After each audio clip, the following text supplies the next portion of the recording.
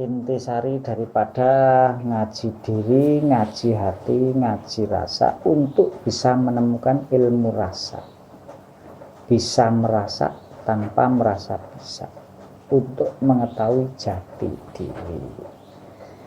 Sesungguhnya jati diri manusia itu kan ada 3. Manusia sejatinya manusia harus kembali menjadi manusia.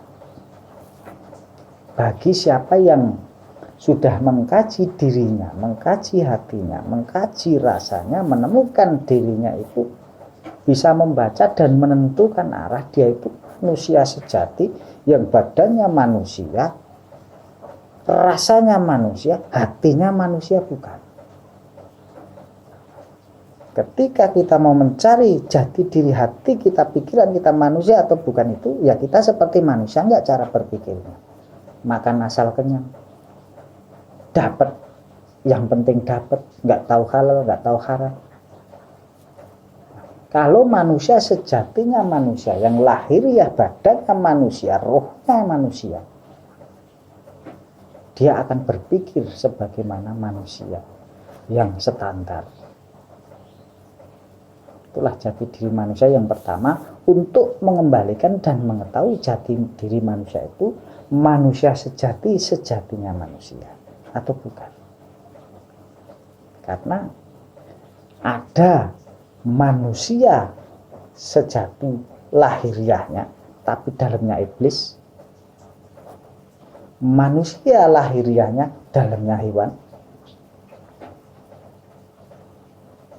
Maka dalam ngaji diri, ngaji hati, ngaji rasa tersebut, supaya kita mengetahui jati diri kita, di mana ketika kita merasakan jati diri kita manusia sejatinya manusia, harus hidup sebagai manusia yang bisa berpikir sehat, yang bisa menerima nasihat, yang bisa hidup demi kemakmuran semuanya, bukan demi kemakmuran sendiri. Sedangkan kalau manusia sejatinya iblis, lahiriahnya manusia, dalamnya iblis, yang panasan, yang dendaman, yang intinya pengen paling dihormati, tidak mau menghormati, itulah manusia iblis. Manusia bentuknya, iblis jiwanya, iblis ruhnya. Walaupun dia itu ahli kitab, walaupun dia ahli kebatinan, tapi dia maunya dihormati saja, dan dia cenderung berbuat kerusakan di atas bumi, itulah iblis. Karena memang tugas iblis untuk menghancurkan, supaya mencari teman yang bisa menemani dia di sono nanti, karena dia adalah terkutuk. Sedangkan manusia yang ketiga, yaitu manusia wujudnya, binatang dalamnya. Lahiriahnya manusia, berpendidikan tinggi, kuliah, sarjanaan, agamanya bagus, dalil-dalilnya bagus, kitab apal. Tapi pikirannya, tindakannya seperti binatang. Seperti apa binatang itu? Gak tahu halal, gak tahu haram, dia embat. Kalau ada yang menyerang, dia ahli dalil, dia ahli kitab, dia pintar ngomong, dia bisa membolak-balikkan yang benar menjadi salah, yang salah menjadi benar. Dan sekarang ini sudah berkembang sangat banyak. Karena kalau agama yang sesungguhnya agama, ajaran sesungguhnya ajaran, terlepas ajaran apapun itu, agama apapun itu, suku apapun itu, intisarinya adalah kebaikan dan kemakmuran, supaya menjaga kestabilan semuanya, supaya guyub rukun setiap umat, setiap masyarakat itu bisa hidup berdampingan. Tapi kalau ada ajaran apapun itu yang intinya berbuat kerusakan, kerusakan akhlak, perpecahnya persaudaraan, timbulnya ibaratnya itu percekcokan yang nggak jelas, itu sudah nggak benar.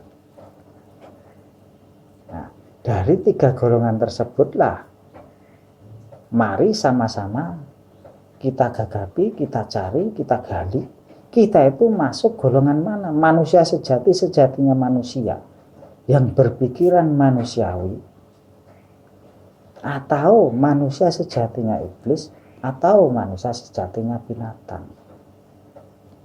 Itu tergantung dari cara pikir kita. Makanya kalau manusia sejatinya binatang, yang terjadi di dunia ini adalah hukum rimba. Siapa yang punya kuasa, dia yang paling berjaya. Siapa yang paling punya ilmu, pintar berdebat, dia yang paling benar. Karena hukum di dunia ini sudah sangat bertentangan dengan hukum Tuhan. Tuhan itu tidak akan menghukum umat manusia itu karena kebodohan, tapi karena kelalaian. Yang namanya lalai sudah tahu ilmunya, kok dilanggar, itu lalai. Tapi Tuhan tidak pernah menghukum karena kebodohan.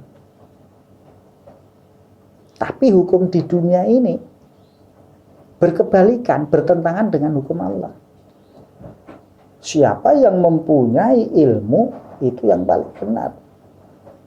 Nah, coba sekarang sarjana-sarjana hukum, hukum-hukum yang ibaratnya kitabnya sampai setebalnya, Masya Allah.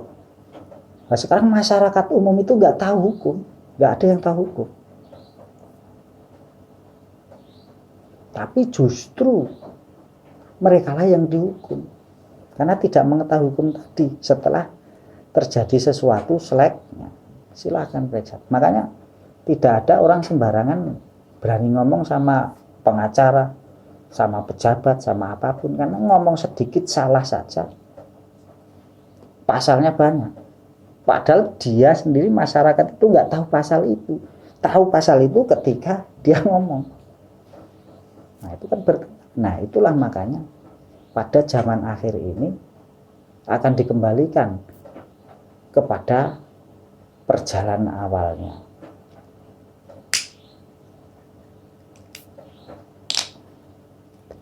Nah itulah, semoga bermanfaat dari ngaji diri, ngaji hati, ngaji rasa tentang kaji diri tadi. Mudah-mudahan bermanfaat, bisa diambil hikmahnya. Kalau salah ya mohon maaf.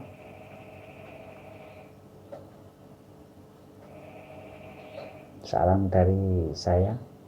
Terima kasih.